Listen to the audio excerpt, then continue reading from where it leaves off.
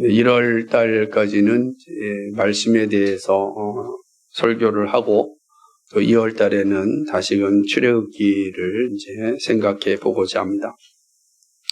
우리는 참 혼란스러운 시대를 살아가고 있습니다. 여러 가지 면에서 혼란스러운데, 우리가 다 알다시피 정치적인 면에서도 혼란스럽고, 경제적인 면에서도 혼란스럽고, 또 세계사적인 상황 가운데서도 참 혼란스럽습니다. 혼란스러운 것 가운데 더 혼란스러운 것은 같은 신앙을 가진 사람들의 어떤 충돌되는 모습을 볼 때 또 힘들어합니다. 참 혼란스러운 시대에 우리가 지금 살아가고 있습니다. 근데 이 혼란스러운 시대를 살아갈 때 가장 중요한 자세가 있는데 중심을 잘 잡는 겁니다. 그러니까 중심을 잘 잡지 아니하면 아주 어려운 상황에 처하게 되는 것이죠. 다시 말한다면 심지가 견고하면 태풍이 불어온다 할지라도 평정심을 유지할 수 있습니다. 물론 이게 간단하게 되는 건 아닙니다. 그러나 성경은 우리에게 심지가 견고한 자가 평강에 이른다 이렇게 말씀하고 있습니다. 이사야 16장 있는 말씀인데요. 그러니까 분명한 사실은 심지가 견고하게 되면 우리는 이리저리 휩쓸리는 인생이 되지 않습니다. 하지만 우리의 심지가 견고하지 못하면 쉽게 무너집니다. 심지 마음의 뿌리라고 하는 거죠. 마음의 중심 이렇게도 해석할 수가 있는 것입니다. 더구나 이제 우리 앞에 다가오는 수많은 두려움 앞에서 길을 잃어버리고 무관심과 절망 가운데 우리 살아갈 수 있습니다. 우리 시대에는 정말 너무나 많은 이 공격이 있어서 젊은 세대들도 시작해서 두려움 가운데 살아가고 있는 것을 보게 되는 것이죠. 이러한 시대 가운데 우리가 평정심을 잘 유지하고 평안을 지키는 것은 우리의 심지가 견고해야 됩니다. 그래야 다가오는 두려움도 이길 수 있고 위기도 극복할 수가 있는 것입니다. 그런 의미에서 생각해 보면 이 세상에는 두 종류의 사람이 있다 이렇게 생각해 볼 수가 있는데, 하나는 심지가 있는 사람과 심지가 없는 사람이죠. 심지가 있는 사람 가운데 심지가 견고한 사람과 심지가 견고하지 못한 사람이 있을 수는 있습니다. 그러나 분명한 사실은 심지가 있는 사람, 심지가 없는 사람으로 이렇게 구분할 수 있다 생각을 합니다.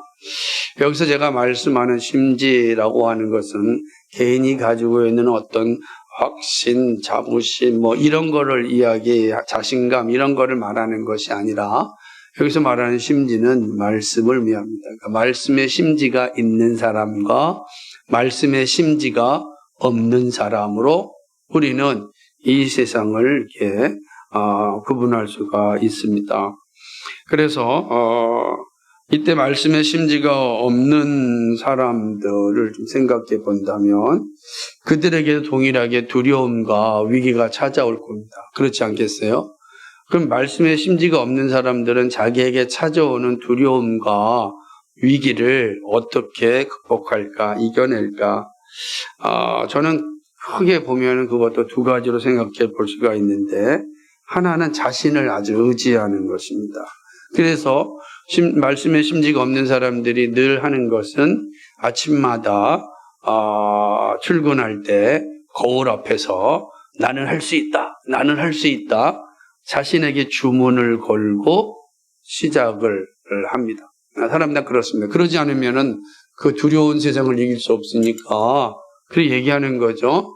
어떤 사람은 아예 거기다가 10,000원짜리를 큰 거 붙여놓고 나는 오늘 할 수 있다 이렇게 한다고 합니다.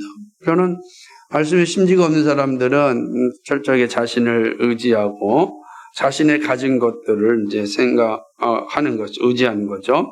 그러니까 돈과 권력과 또 건강 같은 것을 이제 의지하는 거죠. 자신에게 있는 것, 자신을 의지하면서 자신에게 다가오는 두려움과 위기를 극복하고자 합니다. 문제는 이제 이런 것들이 사라졌을 때 어떻게 할 것인가라고 하는 거예요. 권력도 사라지고 건강도 사라지고 돈도 사라졌을 때 어떻게 할 것인가. 나는 할 수 있다 했는데 그 할 수 있다는 근거가 사라졌을 때 이 사람은 어떻게 될까? 우리 한번 생각해 볼 수 있습니다. 또 말씀의 진지가 없는 사람들은 어떻게 다가오는 두려움과 위기를 극복하며 살아가는가. 잘 보면 우상숭배입니다. 자기를 위한 신을 만들어 놓고 그 신을 의지하며 살아가는 것입니다. 이것은 자신이 만들거나 자신의 편이 되어줄 각종 신들을 의지합니다. 여기에는 모든 자연 종교가 포함됩니다. 이것으로 자신 앞에 있는 두려움과 그리고 위기를 극복하려고 하는 것입니다. 그래서 사람들은 예외 없이 이 두 가지, 말씀의 심지가 없는 사람은 반드시 이 두 가지를 가지고 하루를 살아가죠. 하나는 나는 할 수 있다는 자기 의지와 하나는 각종 우상 숭배를 하는 거죠. 그래서 우상 숭배를 하는 사람들은 그 몸에 각종 우상들을 다 가지고 있습니다. 어떤 사람은 잠잘 때 베개에다가 뭐래요? 이렇게 우리가 알고 있는 그 부적도 붙여놓죠. 집에 들어갈 때도 부적이 있습니다. 몸에도 다 부적을 가지고 다닙니다. 불안하니까. 그래서 아주 그 부적이 왜곡된 열매 중에 하나가 뭐냐면 마치 차량에다가 십자가를 걸어놓으면 사고가 나지 않을 거다라고 하는 그런 생각들, 그것도 일종의 부적신앙이라는 거죠. 다 부적이죠. 그러지 않겠어요? 무슨 효과가 있겠다고 자꾸만 그러겠습니까? 그런데 우리는 그거 있으면 좀 위안을 받는 거예요.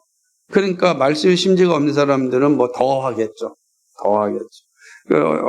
특별히 이제 우리나라는 조금 덜한데 필리핀 같은 나라를 가게 되면 종교가 전부 다 우상화가 됐기 때문에 각종 차량이나 이런 데 보면은 막 온갖 그냥 이 부적들로 가득 차 있는 것을 이제 보게 됩니다. 이 사람들이 자기를 살아가는 그런 모습이라고 할 수 있습니다.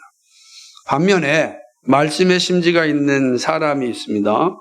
이 사람들죠. 그리스도인이 되겠죠. 이들은 말씀으로 두려움과 위기를 이겨냅니다. 그러니까 말씀의 심지가 혼란스러운 시대를 살아갈 수 있는 능력이 됩니다. 그런 측면에서 그리스도인의 정체성은 바로 말씀의 심지에 있습니다. 물론 이 말씀을 가졌다 할지라도 심지가 견고한 사람이 있고 또 심지가 아주 약한 사람이 있을 수 있습니다. 그러나 분명한 것은 그 말씀이 그 사람을 지배한다라고 하는 거죠. 그래서 이 말씀의 심지가 혼란스러운 시대를 이겨내고 두려움을 극복하고 삶에 다가오는 다양한 위기를 이기고 평강을 누리게 합니다.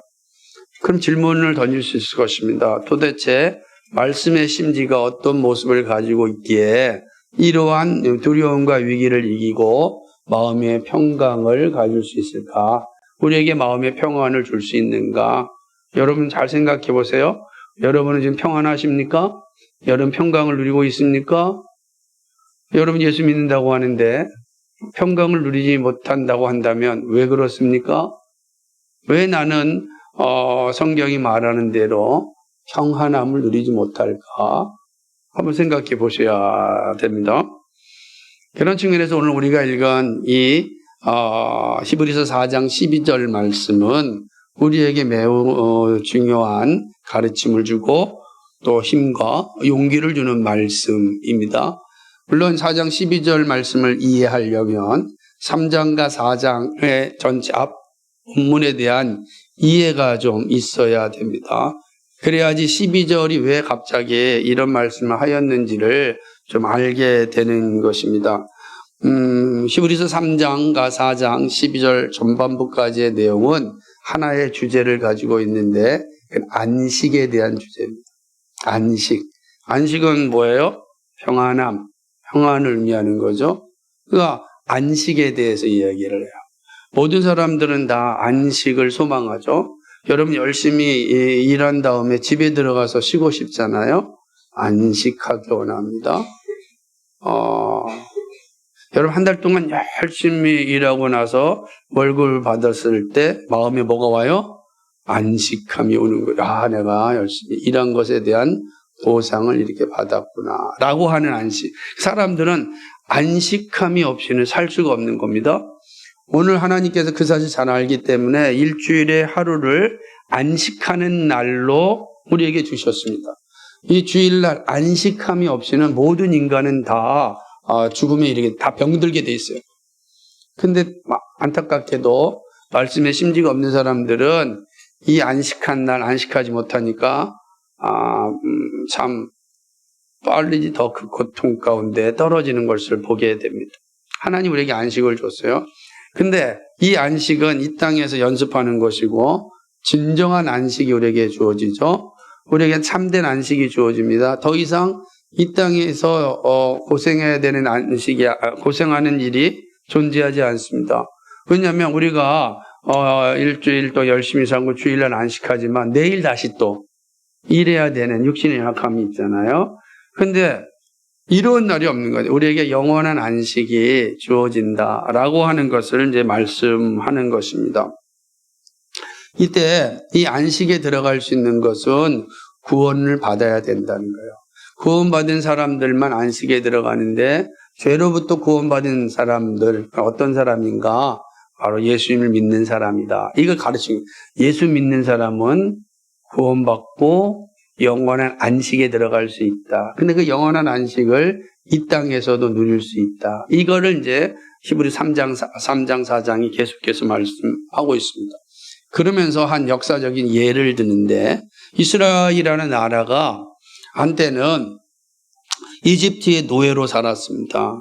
노예로 산다는 건 안식이 없는 삶이에요. 여러분 노예로 산다는 건 거의 쉼이 없다는 뜻입니다. 그러니까 노예로 살았던 이스라엘 백성들에게는 쉼이 없었어요. 계속해서 일만 하다가 죽음에 이르는 거죠. 그러니 뭐가 나 저절로 탄식이 나오죠. 여러분들 계속 일만 하라고 회사에서 이야기한다면 여러분 저절로 막 불평과 불만이 나올 수밖에 없을 거 똑같은 거예요. 이집트에게 계속해서 노예로 사니까 미치는 거죠. 몸도 마음도 다 무너지는 거예요. 먹을 건 먹지만. 그러니까 그들이 하나님께 탄원을 합니다. 좀 살려달라고. 그래서 하나님께서 모세라는 사람을 통하여 이스라엘 백성들을 이집트에서 해방합니다. 그리고 그들에게 안식의 땅을 약속하는데 그게 가나안 땅입니다. 가나안은 이집트의 땅과 다른 이스라엘 백성들에게 쉼을 줄 수 있는 땅, 일주일 일하고 하루를 쉴 수 있는 창조의 원리가 있는 땅, 그래서 영원한 하나님 나라를 예표하는 땅, 그의 가나안 땅을 약속하였습니다. 근데 문제는 이 가나안 땅에 이제 들어가기만 하면 되는데 이스라엘 백성들이 하나님의 말씀을 불순종하였습니다. 결국 이들의 죄로 인하여 이스라엘은 안식의 땅에 들어가기까지 40년이라는 세월을 광야에서 보냅니다. 이 광야는 이집트보다 더 힘든 곳입니다. 근데 이집트보다 더 힘든데 다만 뭐가 있어요? 하나님이 함께 하심만 있는 겁니다. 하나님이 함께 하심만 있지 나머지는 더 악한 곳이 바로 광야다라고 하는 거죠. 광야는 안식의 땅이 아닙니다. 광야는 농사를 지을 수 없습니다. 더군다나 이스라엘은 유목민의 삶을 살아야 했습니다. 그러니까 이들이 안식을 누릴 수 있는 곳은 오직 하나, 가나안입니다. 그죠? 계속해서 돌아다니니까 그게 쉼이 있겠습니까? 40년 세월은 이스라엘 백성들에게 쉼이 없어요. 여기 40세 되신 분들, 이전 한번 생각해보면 여러분 40세 이제 이후에 되신 분들 한번 여러분의 삶이 어떻습니까? 40년을 지나왔는데 또 앞으로 또 40년을 더 사신 분도 있으니까 사실은 40년이라는 세월이 이스라엘 백성들에게 결코 짧은 시간이 아니었습니다. 그 시간을 광야에서 살았으니 얼마나 힘들었겠습니까? 그럼 도대체 이스라엘 백성들이 왜 해방돼서 그 약속의 땅에 들어가지 못했는가? 하나님 분명히 밝히는데 그것은 그들이 하나님께서 하신 약속을 의심하였기 때문에 의심하였어요. 하나님 하신 말씀을 순종하는 것이 가나안 땅에 들어가는 유일한 길인데 그 말씀을 의심하였습니다. 의심하였어요. 그러니까 네가 나를 의심하면 나도 너를 신뢰할 수 없다 라고 하는 겁니다. 그것이 이스라엘 백성들의 40년 동안, 그럼 40년 동안은 이스라엘 백성들이 뭘 배우는 시간이었을까요? 하나님의 약속, 하나님의 말씀을 순종하는 훈련의 시간이었어요. 하나님의 약속을 확신하는 데까지 40년이 걸렸다는 거예요. 자, 그리고 그 40년 동안 하나님의 약속을 의심하였던 그 광야의 백성, 이스라엘 백성 전부 다 광야에서 죽었습니다. 한 사람도, 두 사람 빼놓죠. 아까 여호수아 갈렙 외에는 가나안 땅 안식에 들어가지 못하는 거지. 참 서글픈 일 아니겠습니까? 그 모습이 분명하게 드러난 때가 언제냐면 40년이 끝나고 이스라엘 백성들이 가나안 땅에 들어갈 시점입니다. 그 앞에 뭐가 있어요? 요단강이 있었어요. 요단강을 건너야 가나안 땅에 들어갑니다. 그러니까 요단강이 이제 40년 동안 이스라엘 백성들이 말씀에 순종했는지 안 했는지를 아는 그런 시금석이 되는 그죠? 자리입니다. 왜냐하면 요단강에 다리가 없었습니다. 강이에요. 다리를 건너는 게 아니라고 강을 건너는 겁니다. 그런데 보세요. 모세가 이야기를 합니다. 백성들을 향하여서 강에다가 발을 담그라 그래요. 이게 이제 40년의 열매가 나타나는 거예요. 그러자 이스라엘 백성들이 이 앞에 뭐죠? 법궤를 맨, 언약궤를 맨 제사장들이 먼저 그 요단강에다가 발을 담급니다. 그때가 언떨 때냐면은 가장 우기철이에요. 비가 많이 와가지고서 물이 뚜개까지 차 있을 때요. 그럼 들어가면 죽는 거예요. 그런데 발을 탁 내딛습니다. 그 약속을 이제 믿은 거죠. 그러자 요단강이 갈라지게 됩니다. 두 번째 시험이 옵니다. 이제 요단강을 건넜습니다. 그리고 앞에 보니까 바로 여리고라고 하는 어마어마한 성이 나타납니다. 여리고 성을 싸울 수 있는 능력이 이스라엘에게는 없어요. 그런데 하나님께 말씀하십니다. 하루에 한 번씩 돌고 일곱째 날은 7번 돌면 성이 무너질 거다. 얼마나 황당무계합니까? 근데 이건 뭐죠? 40년 동안 광야를 지내왔던 이스라엘 백성들에게 하나님이 하시는 시험입니다. 그들은 의심하지 않았습니다. 그들은 의심하지 않았습니다. 40년 동안 먹이고 입히신 하나님을 의심하지 않았습니다. 그리고 그 말씀대로 7번 돌았습니다. 그러자 여리고성이 무너졌습니다. 비로소 이제 가나안 땅이 안식의 땅으로 이스라엘 백성들에게 주어진 것입니다. 하지만 믿지 않으면 안식을 누릴 수 없습니다. 히브리서 3장 12절과 14절인데 여러분 한번 읽어보겠습니다. 앞장이니까 히브리서 3장 12절과 14절을 쭉 같이 읽어보십니다. 시작. 형제들아 너희는 삼가 혹 너희 중에 누가 믿지 않은 악한 마음을 품고 살아계신 하나님에게서 떨어질까 조심하라. 오직 오늘이라 일컫는 동안에 매일 피차 건면하여 너희 중에 누구든지 죄의 유혹으로 완고하게 되지 않도록 하라. 우리가 시작할 때 확신한 것을 끝까지 견고히 잡고 있으면 그리스도와 함께 참여한 자가 되리라. 아멘. 믿지 아니한 악한 마음을 품고 있는지 살펴보고 서로 피차 건면하여. 왜냐하면 말씀이 있지만 심지가 약한 사람도 있을 수 있으니까 피차 건면하여서 야 하나님께서 40년을 우리와 함께 하지 않았느냐 힘을 내라 이렇게 격려하는 거죠. 뭐라고 얘기합니까? 시작할 때 확실한 것을 끝까지 잡으면 반드시 약속의 땅, 가나안, 안식의 나라, 천국을 너에게 줄 것이다. 이 말씀하는 겁니다. 말씀을 듣고 끝까지 확신한 자에게는 안식이 주어집니다. 그러나 약속의 말씀을 들었음에도 믿지 못하면 안식에 들어올 수 없습니다. 이게 히브리서 4장 1절에 있는 말씀인데, 그러므로 우리는 두려워할지니 그의 안식에 들어갈 약속이 남아있을지라도 혹 너희 중에는 혹 이르지 못할 자가 있을까 함이라. 이렇게 되는 거예요. 왜냐하면 약속의 말씀을 우리가 확신하지 아니하면 혹 그 안식에 들어갈지 못할 자가 있다라고 하는 것입니다. 말씀을 들었다고 다 안식에 들어가는 것이 아니라 그 말씀을 믿을 때 안식의 선물을 누릴 수 있습니다. 안식은 참된 평안입니다. 참된 기쁨입니다. 더 이상 두려움을 느끼지 않습니다. 여러분, 우리 살아가면서 두려움만 느끼지 않는다면 그것처럼 강한 힘이 없어요. 그게 안식입니다. 안식은 더 이상 두려움이 없는 상태를 말하는 겁니다. 두려움이 없습니다. 고통이 없습니다. 그래서 우리는 그런 곳을 천국이라 이렇게 말하는 겁니다. 안식은 천국을 위하는 거죠. 하지만 모두가 들어갈 것은 아닙니다. 히브리서 4장 6절에 보니까 그러면 거기에 들어갈 자들이 남아있거니와 복음 전함을 먼저 받은 자들은 순종하지 아니함으로 말미암아 들어가지 못하였느니라. 오늘 제가 여러분 복음을 전했는데 이 복음을 듣고, 그죠? 그 말씀에 따라 순종하지 아니한 자들에게는 더 이상 천국이 선물로 주어지지 않는다는 말씀.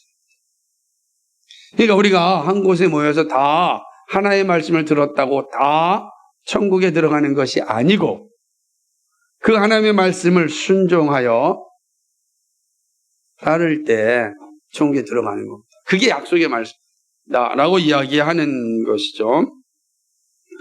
안식에 들어갈 사람이 남아있지만 좋은 소식이지만 나쁜 소식은 들어가지 못하는 자도 있다는 것입니다. 천국에 들어갈 기회는 말씀을 들을 때 완고한 마음이 아니라 열린 마음으로 들을 때 주어집니다. 우리 가운데 이미 안식에 들어간 사람이 있습니다. 이들의 모습을 잘 보여주는 것이 히브리서 14장 10절 말씀인데, 이미 그의 안식에 들어간 자는 하나님이 자기의 일을 쉬신과 같이 그도 자기의 일을 쉬느니라고. 앞서간 우리의 선배들 하나님이 안식에 들어가셔서 참된 평안을 누리고 있습니다. 사실은 우리는 이 땅을 살아가면서 죄악된 세상에서 오래 사는 게 뭐가 복이겠어요. 그죠?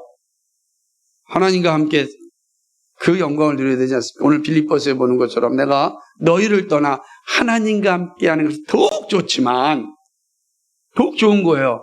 그런데 내가 있는 것은 너희에게 유익을 주기 위함이다. 무슨 말이죠? 우리가 믿음을 가지고 주님 부르시는 그날까지 열심을 다해 살아가는 이유 중에 하나는 하나님의 소명이 아직 끝나지 않았기 때문입니다. 끝날 때까지 우리는 최선을 다해서 우리는 관리하며 살아야 되는 거예요. 그래서 우리는 건강은 욕심이 아니라 건강은 소명이 돼야 되는 겁니다. 소명. 마지막까지 소명을 감당하기 위하여 우리는 그 일을 감당하는 거예요. 그러나 앞선 우리의 선배들은 이미 더 이상 이 소명을 완성하였기 때문에 하나님 나라에서 안식하고 있습니다. 그 말씀하는 것이죠. 얼마나 감사합니까? 믿음으로 살다가 안식에 들어간 성도들의 모습입니다. 그런 의미에서 오늘을 살아가는 성도들 역시 무엇을 위하여 살아야 됩니까? 안식에 들어가기를 힘써야 되는 거죠. 하나님이 약속하신 그 안식에 들어가기를 힘쓰면서 살아가는 거예요.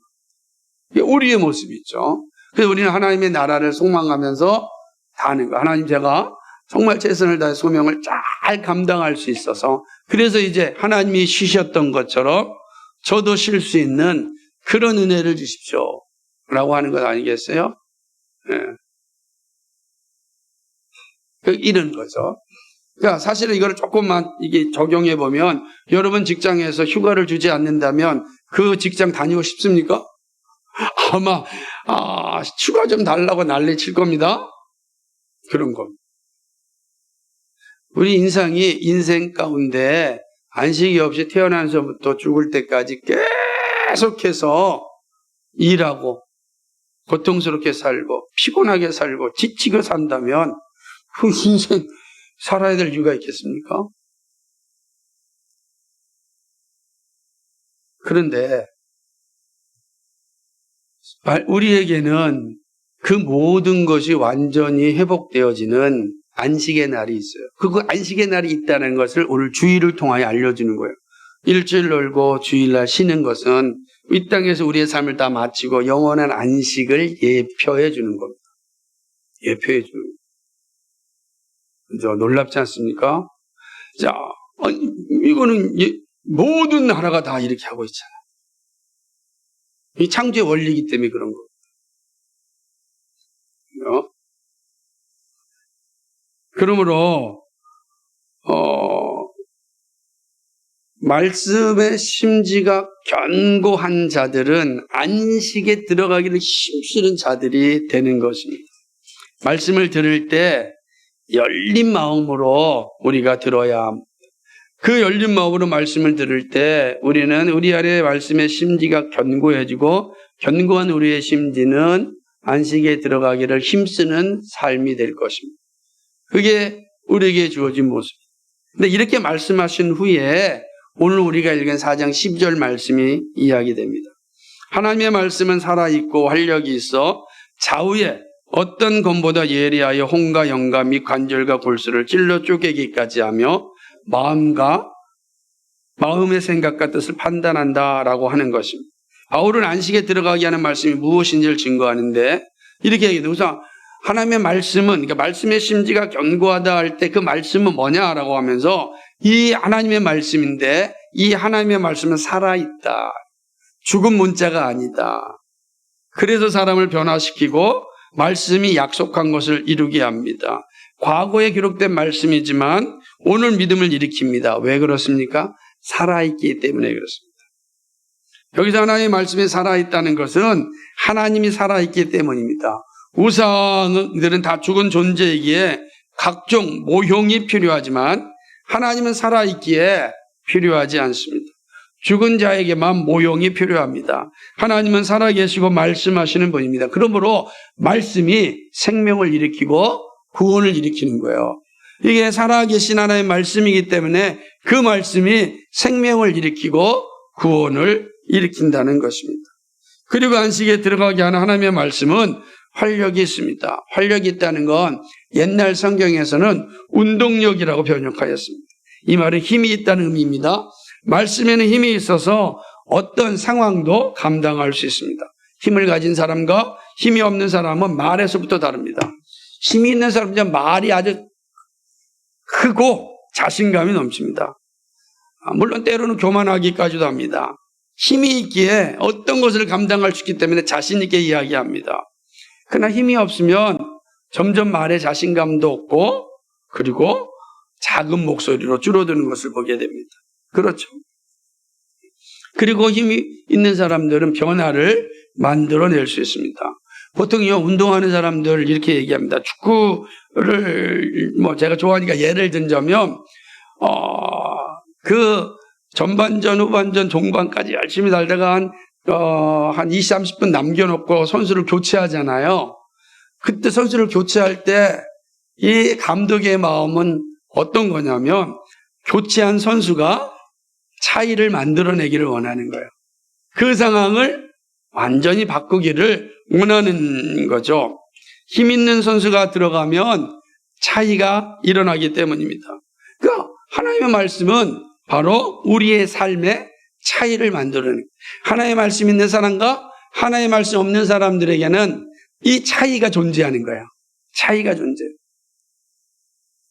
또한 안식에 들어가게 하는 하나님의 말씀은 좌우에 날선 어떤 곳보다 예리합니다. 이 양날의 칼을 의미하는데 이 칼이 존재하는 것은 이 칼은 어떤 존재하는 칼보다 예리합니다.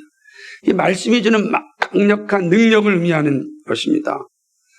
이 말은 딱 한 번에 모든 것을 자를 수 있다는 뜻이에요. 이게 얼마나 예리하냐면 칼이 한 번 가면 다 잘라지는 거예요. 한 번 가면 잘라집니다.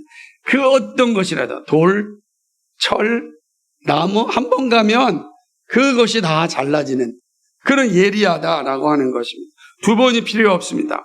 이 검 앞에는 어떠한 대적도 나설 수 없습니다. 어떤 칼이 막아도 막은 칼이 무너집니다.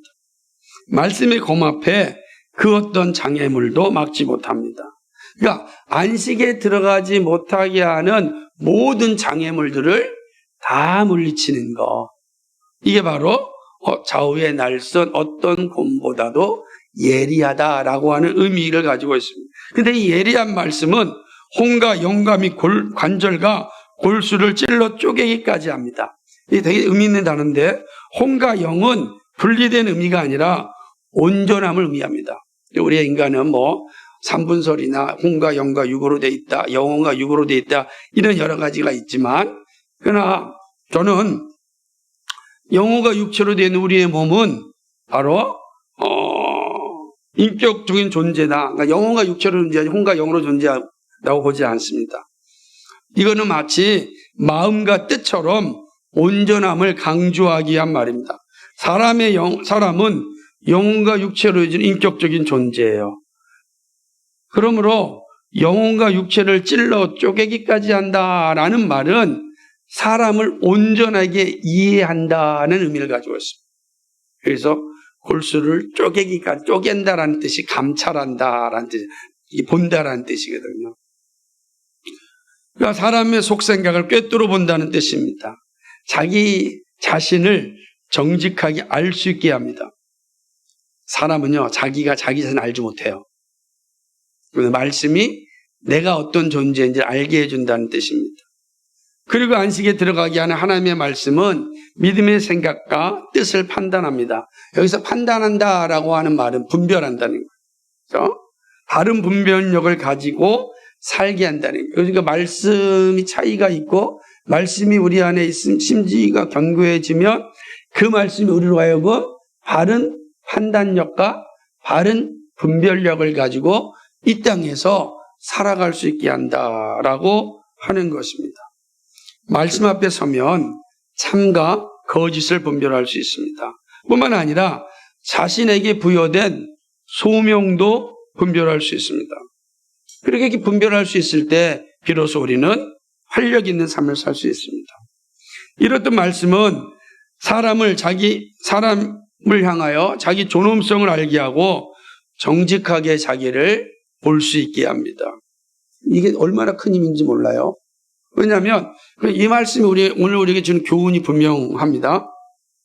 사실은 이 말씀을 하나로 좀 정리하자면 첫째로 살아계신 하나님의 말씀은 안식에 들어갈 수 있는 구원을 일으키고, 둘째로 말씀은 성도로 하여금 삶의 차이를 만들어줍니다. 셋째로 성도로 하여금 안식에 들어가지 못하도록 방해하는 것을 물리칩니다. 성도의 삶을 살아갈 때 말씀은 다가오는 장애물과 싸워 이기게 합니다. 넷째, 안식에 들어가는 성도로서 자신을 정확하게 인식하고 분별 있는 삶을 살게 합니다. 이렇게 사신 하나님이 주신 말씀이 우리의 모든 삶을 변화시켜 주는 거죠. 그러니까 살아있기에 생명을 낳습니다. 그러므로 말씀은 우리에게 구원을 선물로 주십니다. 자, 그렇다고 한다면 이제 이 놀라운 말씀이 오늘 우리에게는 어떤 의미가 있냐라는 거예요. 제가 여기까지 말씀을 잘 설명한 것은 이거 함부로 해석해가지고서 나타나는 엉뚱한 열매들이 너무 많기 때문에 이 말씀의 의미가 무엇인지를 자세하게 설명드렸습니다. 자, 그렇다면 오늘 우리에게 이 말씀은 어떤 교훈을 주고 있는가? 첫 번째 이것입니다. 살아있는 하나님의 말씀은 성도의 지성이 하나님의 뜻을 이루도록 작동하게 합니다. 말씀이 중요한 이유가 분명한 것은 말씀이 성도의 삶을 지배할 때 나타나는 결과 때문입니다. 살아있는 하나님의 말씀이 우리 안에 견고하게 세워진다면 우리의 지성이 하나님을 배반하는 자리에 이르게 하지 않습니다. 성도의 지성은 하나님의 뜻을 이루게 합니다. 그런데 그것이 말씀이 우리 안에 있을 때만 가능합니다. 그 말씀이 하는 일이 뭐냐? 우린 다 지성을 가지고 있는 인격자잖아요. 근데 우리의 지성이 하나님의 뜻을 배반하는 자리에 이르게 하지 않아요. 그러니까 이게 말씀이 충만하지 못하면 우리의 지성이 악을 사용하는데 사용되어집니다. 그렇죠? 하나님이 우리에게 지성을 주신 것은 하나님의 뜻을 이루도록 하기 위함입니다. 그렇기 때문에 사단이 가장 많이 유혹하는 게 뭐겠어요? 우리 지성이죠. 우리 지성을 유혹합니다. 우리로 하여금 하나님을 영화롭게 하는 자리에서 떠나지게 합니다. 그래서 우리가 타락한 이후에 인간의 모습을 볼 때 이것이 분명해지는 거죠. 하나님을 배반하고 불의를 행하는 것을 즐거워합니다. 타락한 인간의 모습이에요. 그러므로 무엇을 하여도 하나님의 마음을 아프게 하는 일을 하였습니다. 오늘날 타락한 인간들이 저질러 놓은 이 악한 일들을 보면 그걸 알 수가 있어요. 그리스도의 은혜가 없다면 인간은 절망입니다. 그런데 그리스도가 오셔서 우리의 지성을 새롭게 하여 주셨습니다. 십자가에서 흘린 피가 우리에게 나타나는 놀라운 일 가운데 하나가 뭐냐면 우리의 지성에까지 새롭게 하신 겁니다. 골로새서 3장 10절에 보면 새 사람을 입었으니 이는 자기를 창조하시는 이의 형상을 따라 지식에까지 새롭게 하심을 입은 자니라. 우리의 지성이 원래의 지성으로 돌아간 거죠. 악을 행하는 것이 아니라 선을 행하는 겁니다. 하나님을 영화롭게 하는 일에 우리의 지성이 사용돼요. 그 거듭난 백성은 어떻게 하든지 간에 하나님이 원하는 게 무엇인지를 고민하고 그 일이 위하여 온 힘을 다하는 겁니다. 그래서 남들이 가지 않는 길을 가는 거예요. 그렇죠? 이 세상 사람들은 부와 명예를 쫓지만 하나님의 사람들은 부와 명예를 쫓는 것이 아니라 그리스도의 영광을 쫓아 살아갑니다. 거듭난 지성이죠. 우리 잘 살펴봐야 됩니다. 그리스도인만이 타락한 세상을 향한 긍휼의 마음을 갖고 회개하고 영광을 위하여 분투합니다. 그리스도인만이 이 세상의 타락을 아파한다고요. 그래서 세상 사람들은 세상 사람 모두가 거짓말하고 모두가 부정직한데 왜 우리가 이 땅에서 정직하게 살아야 돼? 라고 이야기할 때 세상이 그렇다 할지라도 우리는 그렇게 살면 안 됩니다. 라고 말하는 게 거듭난 지성이에요. 그래서 힘들게 살아가는 거예요. 여러분이 힘들게 살아가는 이유가 여러분의 지성이 거듭났기 때문입니다. 거듭나지 않으면 똑같이 살아가요. 거짓말하고 사기치고 폭력을 행사하고 어떻게든지 자기의 욕망을 채우는 일에 자기의 모든 걸 사용하는 거죠. 남이 죽든 뭔 상관이 있겠어요? 네? 그런 겁니다. 이 거듭나지 않은 사람들은 다른 데 사람이 죽어도 상관하지 않아요. 오직 나만 잘 먹고 잘 살면 되는 거예요. 왜 우리가 이 분리수거를 하려고 애를 쓰고 되도록이면은 작지만 우리가 이렇게 환경에 힘을 쓰려고 합니까? 그거 한다고 해서 갑자기 세상이 변화되는 거 아니잖아요. 그런데 하나님의 마음을 주셨기 때문에 하는 거예요. 나는 다 하지 못한다 할지라도 이것만이라도 내가 해야 된다. 하나님 그걸 보시는 겁니다. 하나님 그걸 보시는 거예요. 거듭나야만 가능한 거예요. 하나님의 뜻이 이 땅에 이루어지기를 원하는 심정으로 자신의 일을 합니다. 사람이 가지 않는 길이지만 하나님이 기뻐하시는 길이기에 그 험악한 길을 순종합니다. 이 모든 것이 말씀의 지배를 받을 때 나타나는 열매입니다. 그 열매인 것이.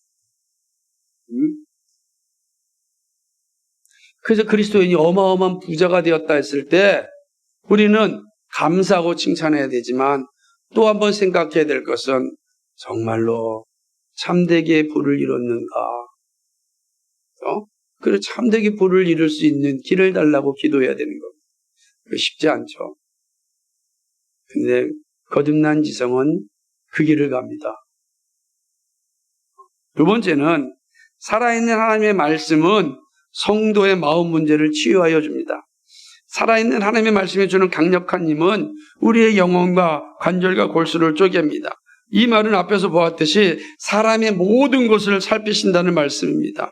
특별히 말씀이 우리의 마음 문제를 잘 알고 있어서 치유하여 주십니다. 우리말에 10개를 물속은 알아도 한 사람 마음속은 모른다, 이런 말이 있습니다. 그죠? 그만큼 우리의 마음을 잘 모릅니다. 그죠? 사람의 마음을 아는 것은 자신뿐인데 문제는 그 자신도 자기의 마음을 모르는 상황이 되었습니다. 왜냐하면 우리 안에 있는 죄가 나로부터 나를 분리시켜 버렸습니다. 그래서 나도 이렇게 하는지 나도 모르겠다고 이렇게 이야기하는 사람을 많이 있습니다. 내가 왜 이렇게 하는지 나도 모르겠어요. 그래요. 아니, 자기 마음을 자기만 잘 아는 텐데 나도 모르겠다는 거예요. 어떻게 이해하시겠습니까? 우리 마음이 다 깨졌기 때문에. 우리 마음이 다 깨졌어요. 산산조각이 났어요.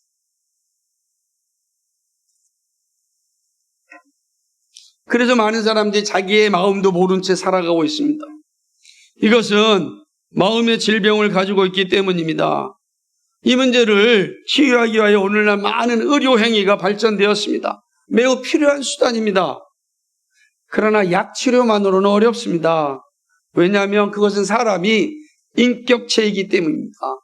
영혼을 가진 존재이기 때문입니다. 물질적인 존재라면 약으로 해결하겠죠. 그걸 끝날 수 있을 것입니다. 기계는 다 기계가 돌아가지 않으면 기름 뿌리면 돼요. 해결될 수 있습니다. 그러나 마음의 문제는 약으로 온전히 치유되는 게 아닙니다. 약이 필요한 수단이죠. 왜? 우리가 뭘 가지고 있어요? 육신을 가지고 있으니까.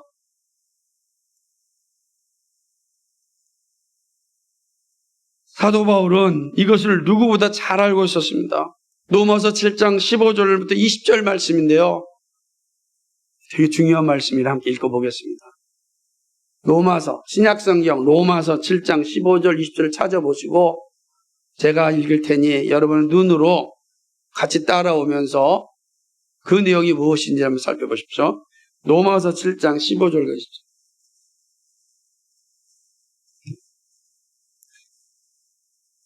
내가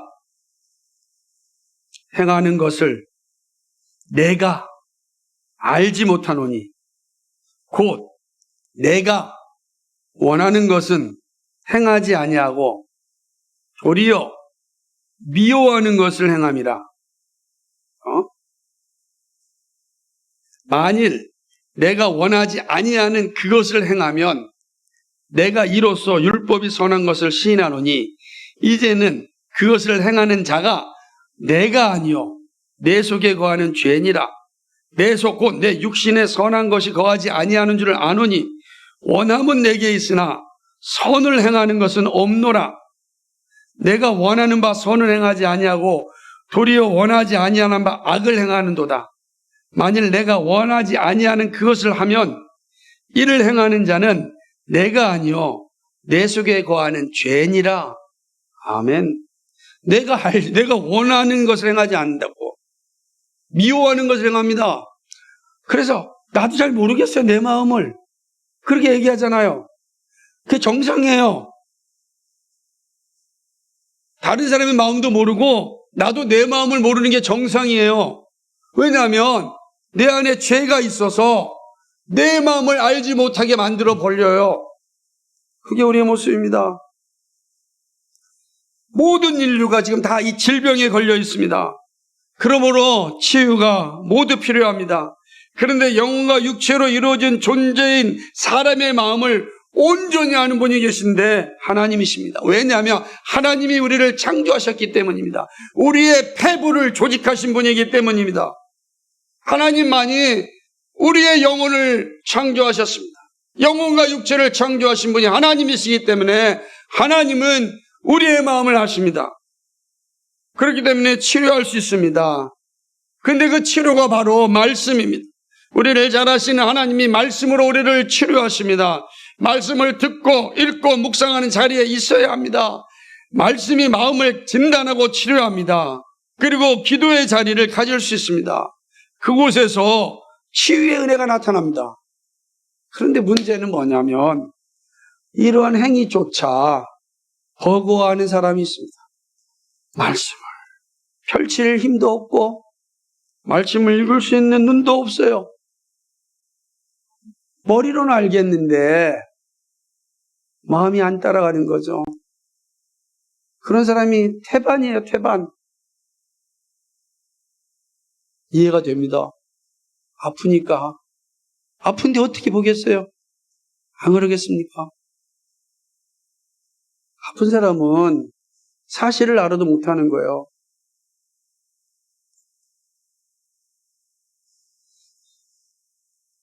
너무 가슴 아프죠? 그럼 그렇게 내버려둬야 됩니까? 그냥 오직 약물만 의지하다가 약물에 중독되어 살아가게끔 해야 됩니까? 그거를 완벽한 치유가 된다면 그렇게 해야 되는데 그렇게 되지 않기 때문입니다. 유지하는 것뿐이잖아요. 우리의 영혼이 치유를 받아야 육체의 치유와 함께 온전한 치유의 자리에 더 나갈 수가 있는데, 그런데 성경도 이해도 안 되고 읽을 힘도 없고 지치고, 여러분 그럴 때 그래도 우리가 마지막 끈은 붙잡고 있어야 됩니다. 여러분 그럴 때 예수님, 저 예수님 믿습니다. 이런 신음소리라도 내십시오. 그 신음소리가 다시 살아나는 시작이 됩니다. 이 신음소리가 마지막이에요, 마지막. 이 신음소리를 내셔야 돼요. 여러분이 책을, 성경을 읽지 못한다 할지라도 괜찮습니다. 그러나 이 신음소리를 포기하지 마십시오. 신음소리로 있어야 다시 살아날 수 있는 거예요. 그 신음소리가 내 안에 있는 죄를 이기게 합니다. 그리고 다시금 힘을 얻어 하나님의 말씀을 받고 치유하는 자리에 이르게 합니다. 우리는 차이가 있을 뿐 다 마음의 질병을 가진 사람들이에요. 죄가 우리 안에 있기 때문에 그렇습니다. 말씀이 우리의 마음의 문제를 정확하게 진단하고 치료하여 준다. 이 사실을 기억하고 여러분 신음소리를 놓치지 마십시오. 한번 따라합시다. 예수님, 저는 예수님을 믿습니다. 이것도 못하면 그냥 예수님 하고 울기라도 하십시오. 그게 우리 마지막 남은 끈이에요. 우리 입술에서 예수님 이름 나오지 않으면 죽는 거예요. 마지막 세 번째로는 살아있는 하나님의 말씀은 성도가 삶의 자리에서 바른 결단을 하게 합니다. 말씀이 위대한 것은 살아있기에 삶의 모든 순간에 함께합니다. 다양한 순간에 흔들리지 않고 정확하게 판단할 수 있는 능력을 주십니다. 마음과 생각과 뜻을 분별할 수 있는 능력을 주십니다. 말씀은 죄를 분별할 수 있게 하고 하나님을 영화롭게 하는 것을 분별할 수 있게 합니다. 그래서 죄를 죽이고 의를 사모하게 하는 것입니다. 여러분 무엇을 하든지 이 관점을 놓치지 마시기 바랍니다. 말씀 밖으로 넘어가서는 안 됩니다. 그렇죠? 말씀이 인도하는 대로 따라가십시오. 말씀을 소홀히 하면 바른 분별력을 가질 수 없습니다. 여러분의 신앙이 점점 침체되고 약해지는 것은 말씀이 여러분을 지배하지 않기 때문입니다. 믿음이 없는 사람 특징, 교회는 다니는데 신앙이 없는 사람의 특징이 뭐냐면 말씀의 지배를 받는 것이 아니라 말씀을 지배하고 말씀을 도구로 삼는 사람들이 대부분이에요. 그래서 성경 구조를 알아요. 근데 그 말씀이 나를 지배하지 않아요. 내가 그 말씀 가지고 다른 사람을 지배하지. 그러니까 성장하지 않는 거예요. 치유가 없는 거예요. 바른 분별력도 없는 거예요. 바른 판단력도 없는 거예요. 많은 기독교인이 이러한 실수를 자주 범하고 있습니다. 아주 열심히 있는 신앙인데 분별력이 무너졌습니다. 분별력은 필요한 만큼만 아는 것이 아니라 그리스도의 장성한 분량에 이르도록 계속해서 알아가는 게 바로 바른 분별력인데 필요한 만큼만 갖다 쓰고 더 이상 잘하려고 하지 않아. 그러니까 바른 판단을 하지 못하고 엉뚱한 결단을 행하는 것입니다. 한국교회가 심각한 위기 속에 빠진 것 하나가 바른 판단력과 바른 분별력을 상실했습니다. 아는 것 같고 맞는 것 같은데 자세히 보면 이 자세가 없어요. 장성한 분량에 이르는 자들은 자기가 실수할 때 빠르게 인정하고 수정하는 자세를 갖을 때 건강한 신앙, 우리 다 실수할 수 있어요. 근데 그때 건강한 신앙은 빠르게 인정하고 수정합니다. 그게 우리의 모습이라는 겁니다. 이렇게 하나님의 말씀은 성도가 하나님 앞에 정직하게 서서 바른 판단력을 하고 분별력 있는 삶을 살게 합니다. 사도 베드로가 자신을 잡으려고 오는 바리새인들 앞에서 담대하게 외쳤던 모습이 우리에게 매우 분명한 도전을 줍니다. 이게 사도행전 4장 16절과 20절 말씀인데, 사도 베드로가 정말로 놀라운 복음을 전한 자 사람들에게 역사가 일어났습니다. 그러자 바리새인들이, 예수님을 죽였던 바리새인들이 사도 베드로도 잡으려고 했어요. 근데 너무나 큰 일을 하니까 두려운 거예요. 그래서 협박합니다. 더 이상 이 말 전하지 말아라. 그러자 20절에 이렇게 얘기하는, 4장 20절에 보면은 아주 놀라운데, 이르되 하나님 앞에서 너희 말을 듣는 것이 하나님 말씀을 듣는 것보다 옳은가 판단하라. 우리는 보고 들은 것을 말하지 아니할 수 없다. 그렇습니다. 하나님의 말씀이 지배를 받으니까 세상에 두려움이 없는 거예요. 세상의 소리에 요동치지 않습니다. 좌우로 흔들리지 않습니다. 말씀이 주는 능력을 붙잡고 믿음의 길로 갑니다. 바른 결단과 분별력이 능력 있는 삶을 살게 합니다. 여러분이 무엇을 하든 작은 것부터 큰 것까지 그 어떤 곳에도 말씀에 따라 판단하고 분별력을 가져야 됩니다. 안 그러겠어요? 직장을 얻든지 아니면 사업을 하든지 아니면 그만두든지 여러분이 바른 판단력과 분별력이 있어야 되는 거예요. 그것이 하나님의 말씀을 들을 때 일어나는 겁니다. 여러분이 하나님의 말씀을 떠나서 행하는 것들은 반드시 실패의 자리에 이르게 됩니다. 반드시. 하나님이 함께하지 않으시니까 실패하게 됩니다. 여러분 실패하는 인생이 되면 되겠습니까? 물론 우리 실패할 수 있습니다. 그때 정신 바짝 차리고 빨리 인정하고 다시금 수정의 자리로 와야 됩니다. 그러나 그 자리에 이르기 전에 말씀이 여러분을 지배할 수 있어야 됩니다. 하나님의 말씀은 살아있습니다. 여러분을 치유하여 줍니다. 여러분의 지성도, 여러분의 마음도, 여러분의 판단력도 말씀이 우리를 이끄십니다. 이것은 성경을 충만하게 할 때 주어지는 겁니다. 말씀을 맺겠습니다. 우리 시대는 온갖 사상이 난무합니다. 기독교의 이름으로 여기저기서 진리를 전한다고 합니다. 마치 예수님이 말씀하셨던 것처럼 이것저것에서 여기 내 그리스도가 있다라고 이야기하는 시대입니다. 이러한 시대는요, 길을 잃어버리기에 딱 좋습니다. 여기도 예수님이고 저기도 예수님이고 저기도 교회고 여기도 교회 있는 거 아니야? 틀린 말이 아닙니다. 그러나 정신 바짝 차려야 됩니다. 자칫하면 길을 잃어버리고 낙심하게 됩니다. 때로는 세상이 너무 두렵게 느껴집니다. 이러한 세상에서 자주 실패하게 되면 야, 신앙 가지고 산들 무슨 의미가 있냐라는 말이 나오게 됩니다. 나 예수 믿는데도 교회 다녔는데도 내 삶이 왜 이래? 나오게 됩니다. 마귀 사탄이 얼마나 기뻐하고 즐거워하겠습니까? 그죠? 근데 여러분, 이러한 모습은요, 우리만 겪는 게 아니라 첫 인류가 타락한 이후에 반복적으로 나타난 모습이었습니다. 첫사람 아담이 타락하자 그 아들 가인이 동생을 죽였습니다. 나중에 노아 시대 때는 하나님이 사람 지은 것, 사람들 지은 죄가 아주 가득 차니까 사람 지은 것을 후회하셨다고 한탄하십니다. 끔찍하죠? 죄가 그런 모습이에요.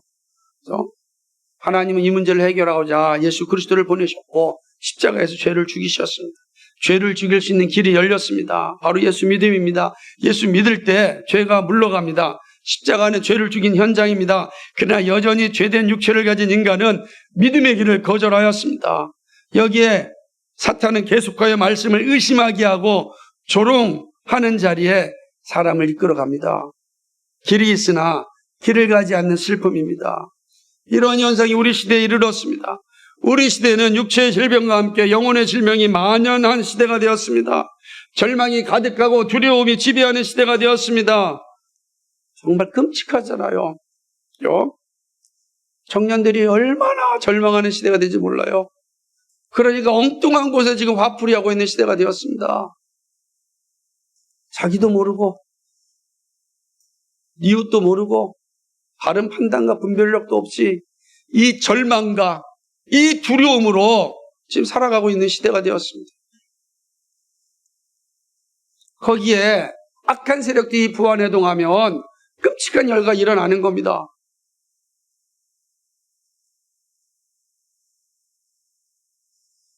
이때 어떻게 살아야겠습니까? 이 시대에 우리가 사는 길은 더욱 힘을 다하여 하나님을 의지하는 일입니다. 그 시작은 바로 말씀을 바르게 하는 일입니다. 성경 전체가 무엇을 말하는지 잘 듣고 배워야 합니다. 그리고 그 말씀을 의지해야 합니다. 말씀을 가르치고 전하는 교회를 세워가야 합니다.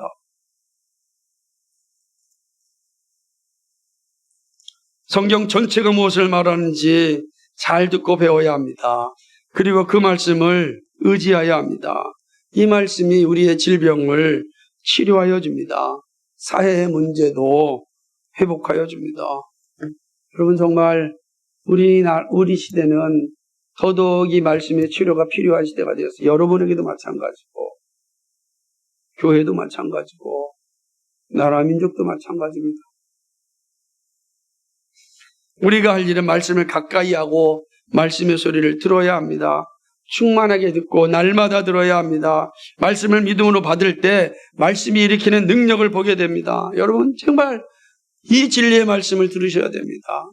이번에 청년부 수련을 갔는데 한 지체가 목사님 제가 올 한 해는 말씀을 필사하면서 한 해 동안 성경을 읽으려고 합니다. 지금 다 얼마 필사했대. 얼마나 감사한지 모릅니다. 어떤 모습이든지 여러분 말씀을 가까이 하셔야 됩니다. 어떤 모습이든지 말씀이 나를 살리고 가정과 교회와 나라를 살립니다.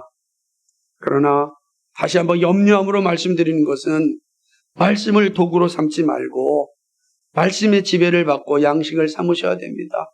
아직 그럴 힘이 없습니까? 아직 너무 힘이 듭니까? 그런 신음소리를 내십시오. 예수님, 전 예수님 믿습니다. 이 신음소리라도 포기하지 마십시오.